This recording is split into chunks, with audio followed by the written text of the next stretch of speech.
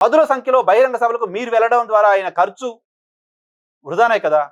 పదుల సంఖ్యలో బహిరంగ సభలకి లక్షల మంది జనాల్ని మీరు తరలించడం కోసం ఎన్ని వాహనాలు పెట్టుంటారు కదా! ఆ వాహనాలకైన డీజిల్ అంతా?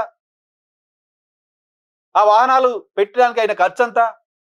ఆ జనాలు ఆన్‌లైన్‌లో వినే అవకాశం లేకుండా మొత్తం అందరూ బహిరంగ సభల దాకా రావడం, ప్రతి ఒక్కళ్ళు ఖర్చు పెట్టుకొని రావడమే కదా!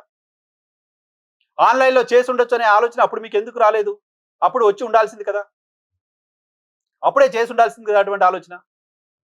సరిగ్గా ఎలక్షన్ క్యాంపెయిన్‌లో డీజిల్, పెట్రోల్ కొరత వస్తుంది ఇలాంటి వార్తలు అనేకం వస్తుంటే, పెట్రోల్ బంకుల దగ్గర జనాలు క్యూ కడుతుంటే, గతంలో ఎప్పుడు లేని లేని స్థాయిలో, కొరతే లేదు మీకు కావాల్సినంత కొనుక్కోండి, కావాల్సిన నిల్వలున్నాయి. ఇంకో 45 రోజులు, 50 రోజులు కూడా నిల్వలున్నాయని మీరే కదా చెప్పారు.